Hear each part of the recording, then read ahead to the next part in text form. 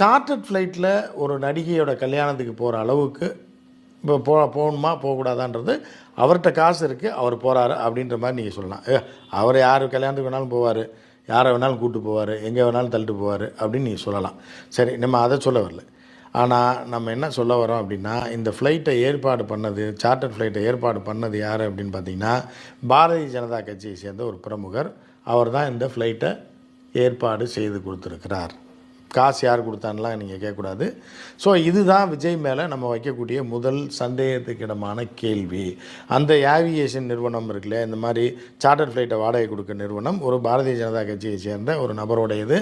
இங்கே உள்ள ஒரு பாரதிய ஜனதா கட்சியோட ஒரு பேச்சு தான் அந்த ஃப்ளைட்டை விஜய்க்கு ஏற்பாடு பண்ணி கொடுத்துருக்காங்க அப்படின்றது காரணம் நம்பர் 1. இப்போ என்ன இதுக்கு பிஜேபிக்காரன் ரெடி பண்ண ஃப்ளைட்டில் இங்கே போனேன், அதுவும் திரிசாவை எது கூப்பிட்டு போனேன் அப்படின்ற ஒரு விஷயம் இருக்குது.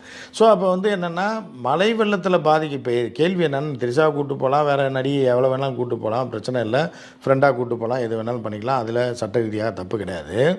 ஆனால் மழை வெள்ளத்தில் பாதிக்கப்பட்டவனை போய் இங்கே இருக்கிற 50 கிலோமீட்டர் தாண்டி போய் உன்னால் பார்க்க முடியல. ஆனால் ஆயிரக்கணக்கான கிலோமீட்டர் தாண்டி இருக்கிற கோவாவுக்கு ஒரு நடிகையோட கல்யாணத்துக்கு தனி ஃப்ளைட், சார்ட்டர்ட் ஃப்ளைட் எடுத்துகிட்டு திரிசாவையும் கூப்பிட்டு போக தெரியுது அப்படின்னா, அப்போ நீ யார்? அந்த ஃப்ளைட்டை ஏற்பாடு பண்ணதும் பிஜேபியோடைய ஆள் அப்படிங்கும்போது ஹூ இஸ் விஜய் அப்படின்றது நீங்கள் புரியுதா? யார் தூண்டுதல்ல அரசியலுக்கு வந்த, நீ என்ன செய்து கொண்டிருக்கிறாய் என்பது இப்போது புரிகிறதா அப்படின்றத நீங்கள் புரிஞ்சு வச்சுக்கணும். ஸோ